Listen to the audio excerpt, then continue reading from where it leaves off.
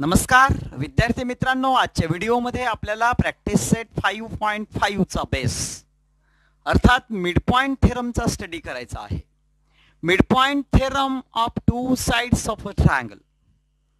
Mid point theorem, the line segment joining the mid points. Line segment draw करायचा परंतु mid points.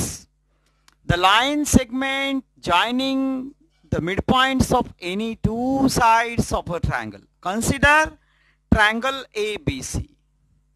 या triangle ABC च्या तीन sides, एक साइड AB, साइड AC आणि side BC. कोणत्याही दोन साइड घ्या.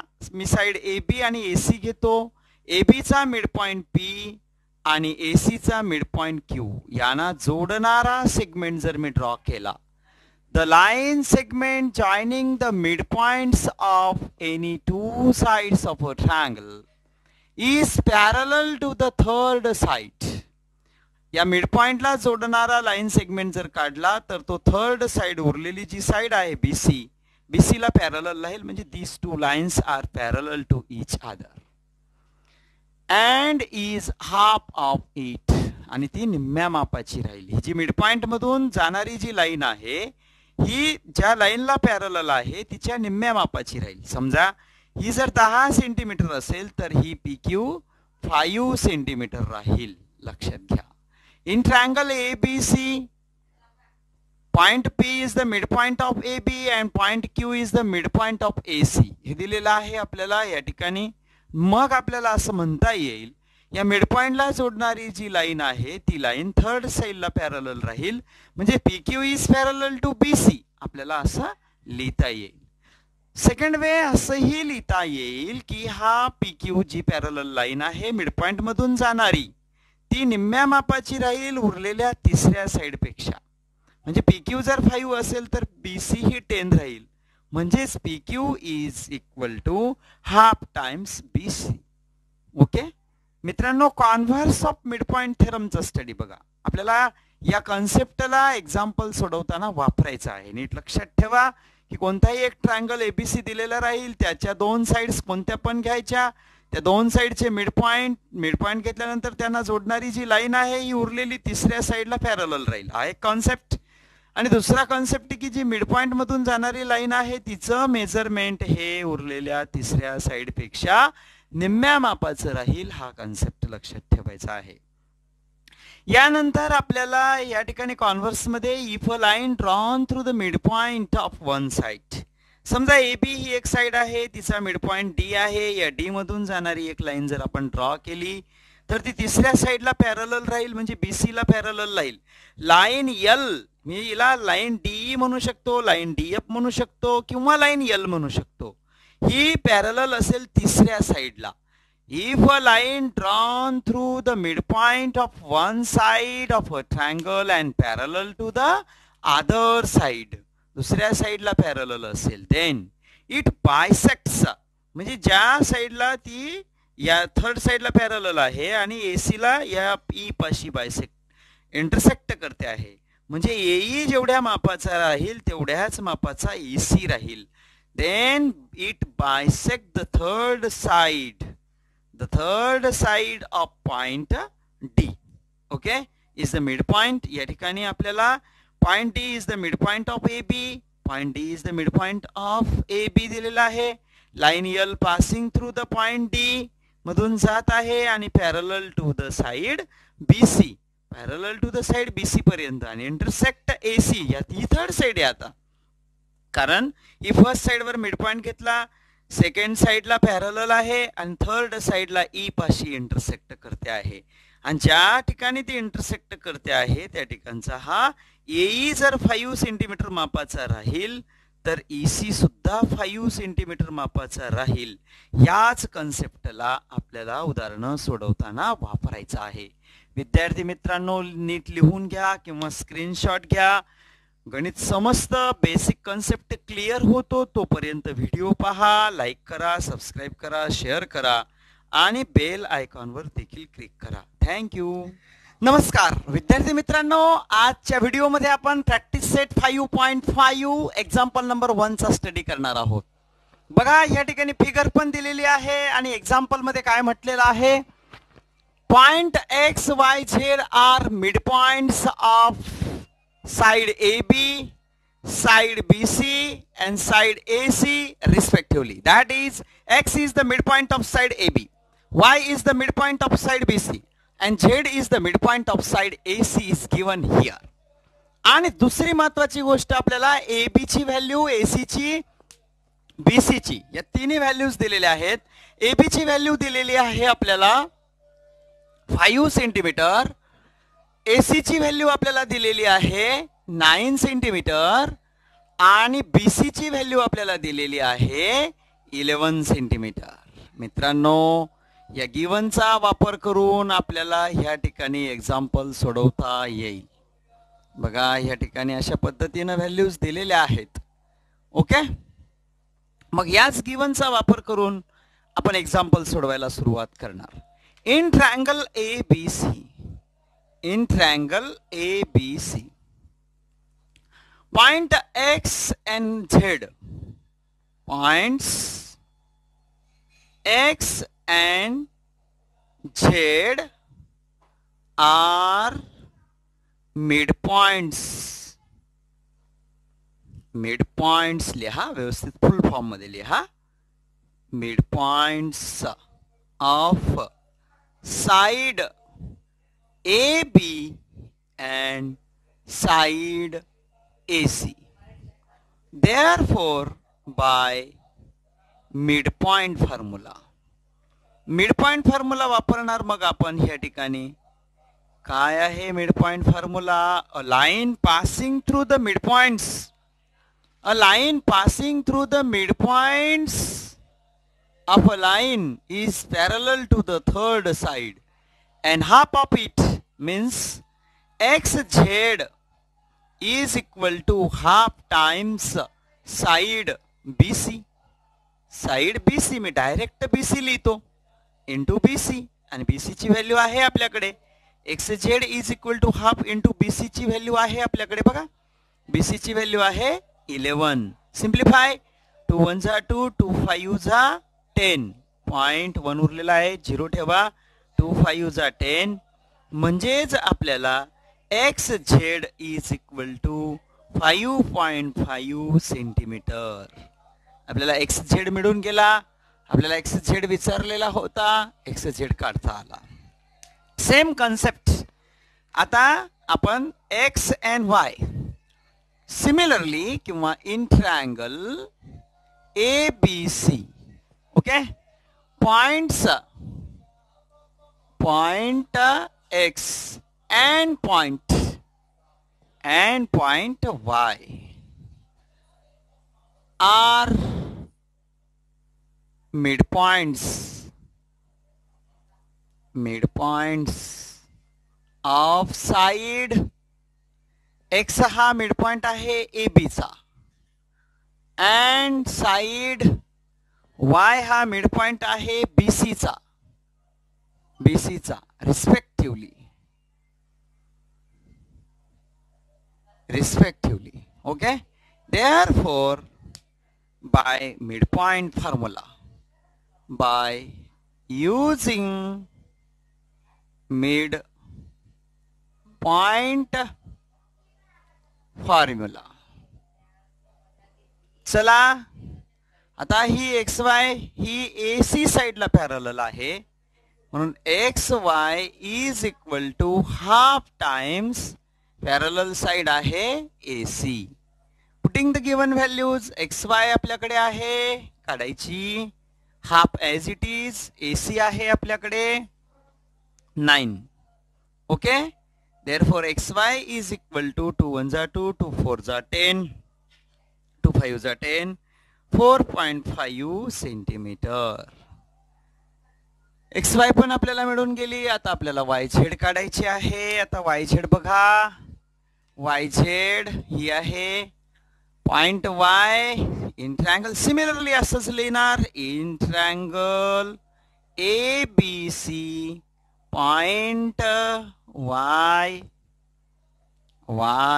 and point Z are midpoints of segment, आता वाय हा BCचा आहे, BC अँड सेगमेंट झेड हा ACचा आहे, AC रिस्पेक्टिव्हली म्हणा.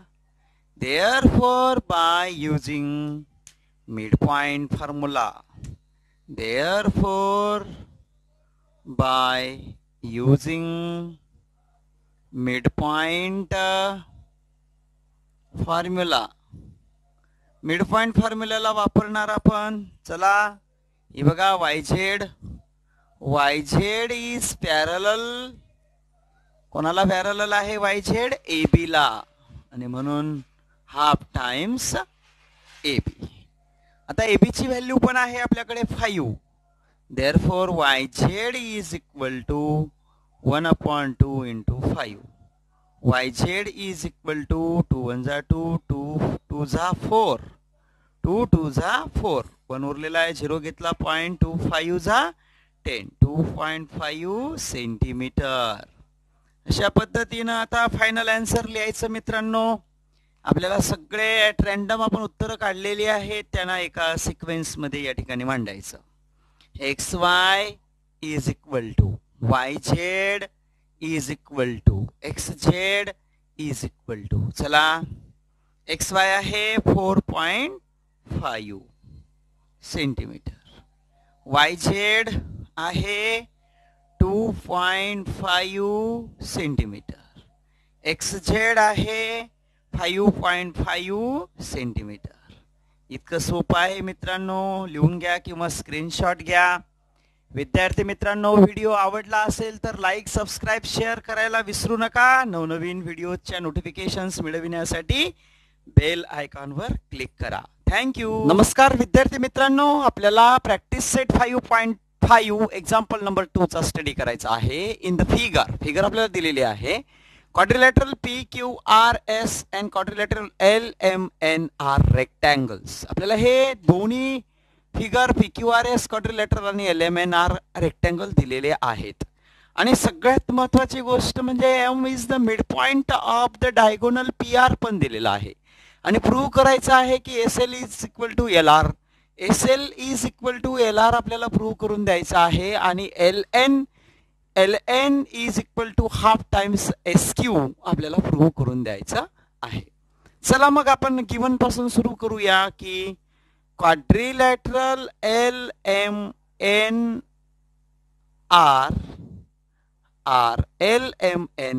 हा बघा एवढ्याच रेक्टँगलला पाहायचं आहे. इज रेक्टँगल दिलेला आहे, इज रेक्टँगल. मग जर रेक्टँगल आहे तर आपण रेक्टँगलच्या प्रॉपर्टीज वापरणार. Therefore segment LM is congruent segment RN. Okay, reason देणार आपण opposite sides of rectangle. Okay मित्रांनो, ही प्रॉपर्टी आपण वापरली. आता RNच्या जागेवर आपण RQ पण लिहू शकतो, कारण segment LM is congruent segment RQ. आता मी RNच्या जागेवर RQ लिहिला. का लिहिला? की पॉइंट RNQ R कोलिनियर आहेत हे. ओके, आणि आता आपण मोठ्या क्वाड्रिलॅटरल PQRS म्हणजे रेक्टँगल PQRS चा जर विचार केला तर RQ is congruent to SP. Okay, therefore we can write here segment SP is congruent to segment RQ. आता इथं रिझन देणार आपण की अपोजिट साइड्स ऑफ रेक्टँगल. रेक्टँगलचं नाव लिहू आपण PQRS. बरोबर, या मोठ्या रेक्टँगलचा आपण या ठिकाणी विचार केलेला आहे. आता दोन्ही इक्वेशनचं ऑब्झर्वेशन करा. बघा या ठिकाणी आपल्याला इक्वेशन फर्स्ट याला द्या, इक्वेशन सेकंड याला द्या आणि ऑब्झर्वेशन करा. बघा RHS RQ आहे, RHS RQ आहे, म्हणजे RHS is equal to RHS, therefore LHS is equal to LHS. आणि म्हणून मग इथं लिहिता येईल आपल्याला segment LQ, segment LQ is congruent segment SP, segment SP. Okay, याला म्हणणार आपण from equation first and second. याला इक्वेशन नंबर 3 देऊन टाकू आपण. हे खूप कामाचं आहे, आपल्याला लक्षात घ्या. Okay, LQ is congruent to LQ का नाही, LM आहे, LQ नाही आहे तो. ओके, काळजीपूर्वक लक्ष द्या. LM आहे, LM आणि फिगरकडे पण बघून घ्यायचं. LM ही इला काँग्रुअंट SP. ओके, आता आपल्याला ह्या ठिकाणी एक ट्रायंगल दिसतोय बघा. या ट्रायंगलकडे बघा, फक्त मी त्याला रेड शेडेड करतो. हा ट्रायंगल आपल्याला सगळ्या मित्रांना पाहायचा आहे. रेड ट्रायंगलला आपल्याला पाहायचा आहे. Now in this triangle, okay, red मध्ये बघा, रेड मध्येच लिहितो. In triangle RSP. Okay, RSP या ट्रायंगल मध्ये point M is the midpoint of side PR. M is midpoint of diagonal PR म्हणतो मी, किंवा सेगमेंट PR म्हणा, whatever it may be one and the same. आणि या ठिकाणी आपण म्हटलंय की LM is congruent, LM is congruent to SP. Okay, या ट्रायंगल मध्ये LM दिसते का, LM is congruent to SP. Segment LM is congruent to segment SP. Therefore by converse of midpoint theorem आपल्याला म्हणता येईल. काय, SL इज आणि L is the point, L is the midpoint of SR, segment SR म्हणा. therefore directly तो आता segment SL is congruent to segment LR. okay, हे answer hence proved first, proved first मित्रांनो. आता सेकंड कडे बघा. Second याच्याकडे LN. नाऊ सेकंड आन्सर कडे नीट बघायचं आहे. नाऊ इन दोन्ही रेक्टँगल आहेत, म्हणून आपण असं म्हणूया की diagonal PR is congruent to diagonal PR is congruent to SQ. Okay, reason काय देणार, प्रॉपर्टी ऑफ रेक्टँगल,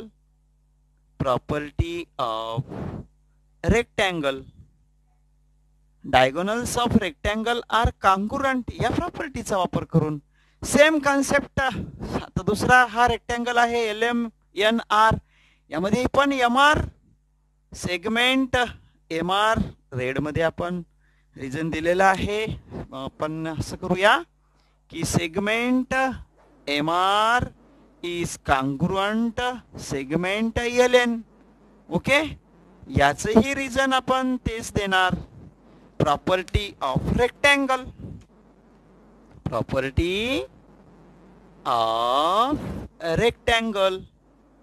आता नीट लक्ष द्या की या ठिकाणी आपल्याला M हा मिडपॉइंट आहे PR चा दिलेला आहे.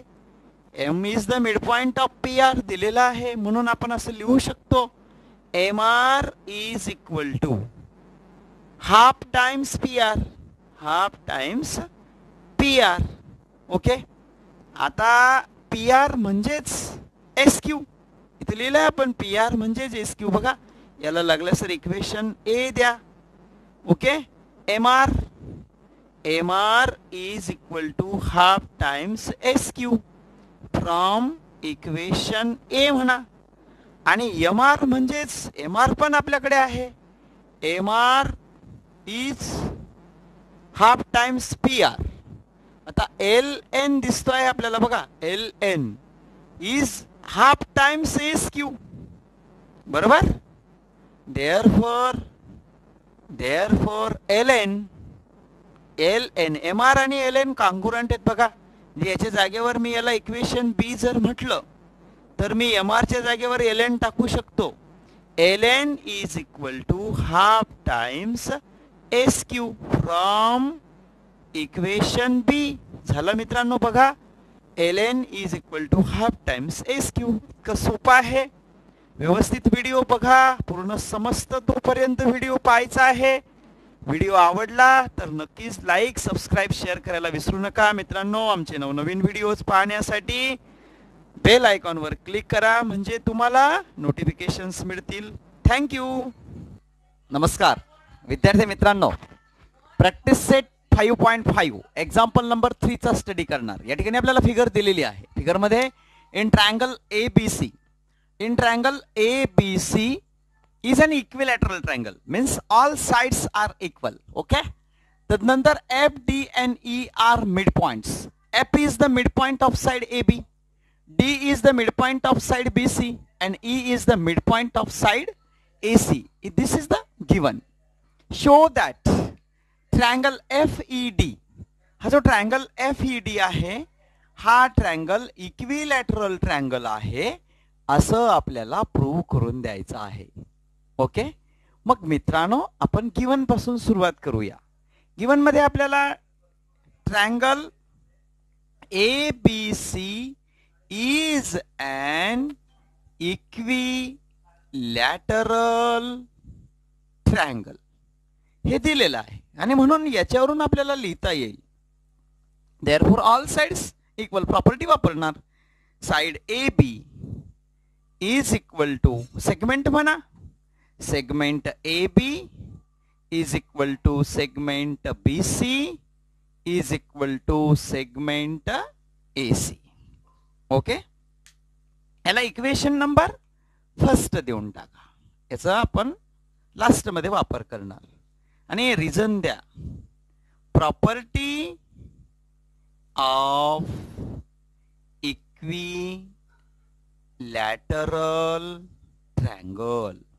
ओके, रिझनला फार महत्व आहे बेटा. तदनंतर आपल्याला ह्या ठिकाणी in triangle ABC, first point in triangle ABC यामध्ये okay point F and point E, point F and point E okay are midpoints of segment AB and AC, segment AB and segment AC respectively. Okay, यावरून आपल्याला bye midpoint formula लिहिता येईल. FE is equal to, okay, FE, therefore FE is equal to half times BC. Okay, याला equation number आपण A देऊ आणि reason देऊ काय, मिडपॉइंट फॉर्म्युला, मिडपॉइंट फॉर्म्युला. आता सेकंड पॉइंट बघायचा आहे. फर्स्ट पॉइंट पाहिला, आता F आणि E झाला. आता F and D are the mid points of in triangle ABC. Point F and point D.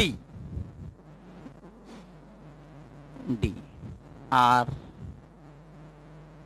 midpoints of segment F हा ए बीचा आहे आणि डी हा बी सीचा आहे. A B and segment BC respectively. Okay, therefore FD is equal to, therefore FD is equal to half times its parallel side आहे AC. Okay, याला equation बी देऊ. रिझन मिड पॉइंट फॉर्म्युला लिहायचं इथं. इथं लिहितो मी मिड पॉइंट फॉर्म्युला. आता जसे F ही झाली, एफ डी झाली, तशी आता डीई. नाव तिसरा मुद्दा बघा. तिसरा मुद्दा पाहायचा आहे. तिसरा मुद्दा, third point in triangle ABC, point D and point E, okay, are midpoints, are midpoints of segment D BC चा आणि सेगमेंट ई हा एसी चा मिड पॉइंट आहे. Okay, respectively mid point formula वापरू आता आपण ईडी चा. Okay, therefore ED is equal to half times its a parallel side. ED ची पॅरलल साइड आहे ए बी. मग इथे लिहिणार आपण ए बी.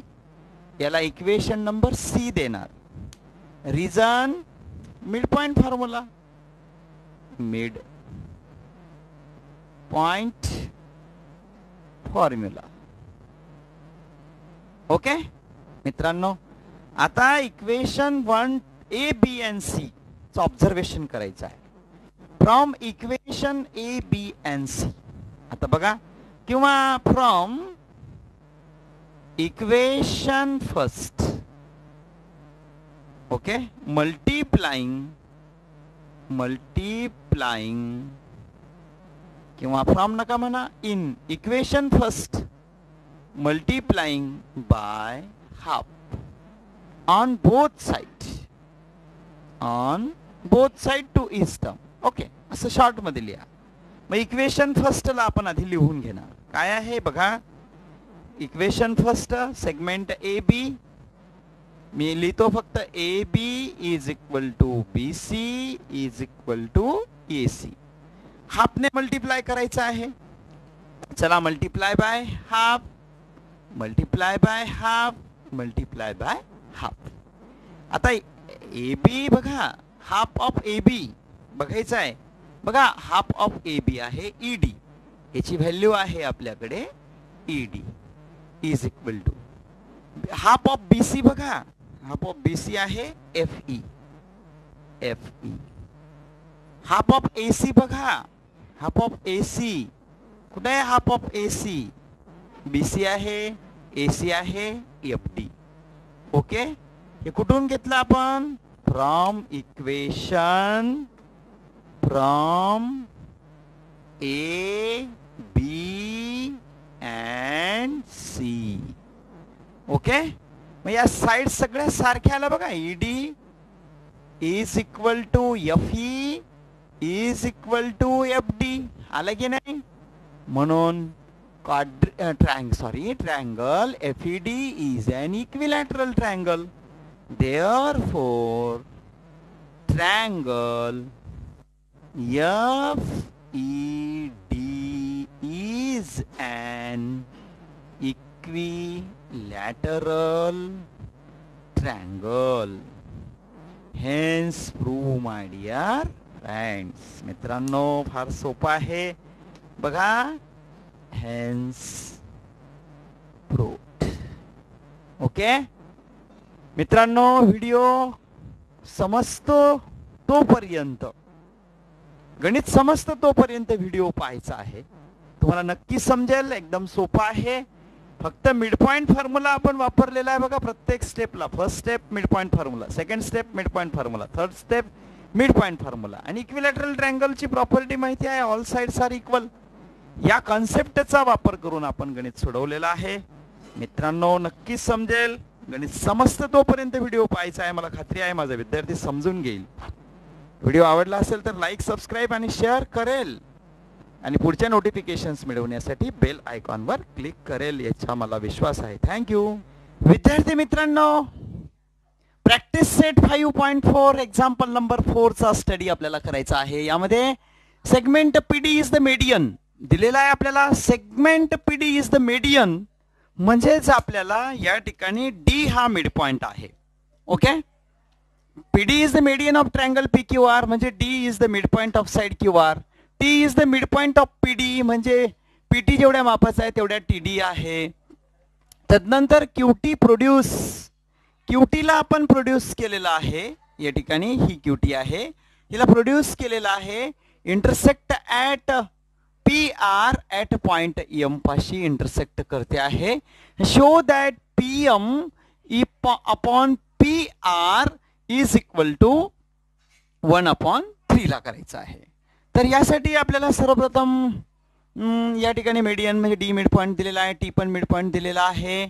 आणि मग जर समजा आपण या ट्रायंगलला या ठिकाणी कन्सिडर केलं तर या ब्लॅक ट्रायंगलला जर कन्सिडर केलं तर आपल्या लक्षात येत आहे की आपल्याला डीएन ही पॅरलल काढावी लागेल क्यूएम ला, म्हणजे कन्स्ट्रक्शन करावं लागेल. Draw segment DN is parallel to the segment QM. Okay, याला रिझन देणार आपण, हे कन्स्ट्रक्शन आपण केलेलं आहे. हे कन्स्ट्रक्शन आपल्याला कामात येणार आहे. Okay, construction mid point formula वापरायचा आहे म्हणजे आपल्याला ट्रायंगल तयार करावा लागेल म्हणून कन्स्ट्रक्शन करावं लागलं. ही पण गोष्ट तुम्हाला लक्षात घ्यायचे आहे, का करावं लागलं. ओके, चला मग या ठिकाणी टी हा मिड पॉइंट दिलेला आहे आपल्याला. मग आपण लिहिणार black in triangle PDN, in triangle PDN. या ट्रायंगलला बघा फक्त point T is mid point of segment PD. Okay, आणि कन्स्ट्रक्शन मध्ये आपण केलेलं आहे की या ठिकाणी TM इज पॅरलल, सेगमेंट म्हणा parallel to the DN, segment DN. Okay, हे आपण कन्स्ट्रक्शन केलेलं आहे, ही गोष्ट लक्षात घ्या. कन्स्ट्रक्शन. ओके, आणि मग ही कंडिशन तुम्हाला दिसत आहे बघा, ही TM ही थर्ड साइड DN ला पॅरलल आहे आणि हा मिड पॉइंट आहे म्हणजेच M is the mid point of PN. Therefore by the converse of mid point theorem, mid point theorem आपल्याला म्हणता येईल की M is the point, M is the midpoint of, M is the midpoint of segment PN. म्हणजे मला थोडक्यात आता असं लिहिता येईल, देअरफॉर मला असं लिहिता येईल की मिडपॉइंट आहे हा PN चा म्हणजेच PM जेवढ्या मापाचा आहे तेवढ्याच मापाचा MN. PM is equal to MN. याला इक्वेशन नंबर फर्स्ट देऊन टाका, लागेल ते आपल्याला. आता आपल्याला दुसरा एक ट्रायंगल दिसतो इथं बघा. मी ही ब्लॅक शेड याची काढून घेतो. आता फक्त एवढा ट्रायंगल बघायचा आहे मित्रांनो. मी ब्ल्यू कलर मध्ये दाखवतो किंवा रेड शेडेड मध्ये ब्ल्यू मध्येच दाखवतो. चला ब्ल्यू शेडेड मध्ये दाखवतो त्याला हा ट्रायंगल पाहायचा आहे. काय दिलेला आहे आणि बाकीचं काहीच पाहायचं नाही. आता फक्त एवढा शेडेड ट्रायंगल बघा. इन ट्रायंगल MRQ या ट्रायंगल मध्ये आपल्याला डी हा मिड पॉइंट दिलेला आहे. Point D is mid point of segment QR. Okay. आणि कन्स्ट्रक्शन केलंय आपण. QM is parallel to the DN. Segment QM is parallel to the segment DN. Construction केलेलं आहे बघा QM. ओके. याला म्हणा इथं कन्स्ट्रक्शन केलेलं आहे.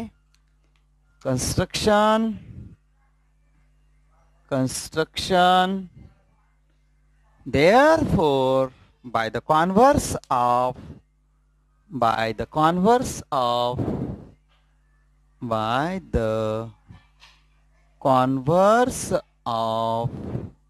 midpoint theorem.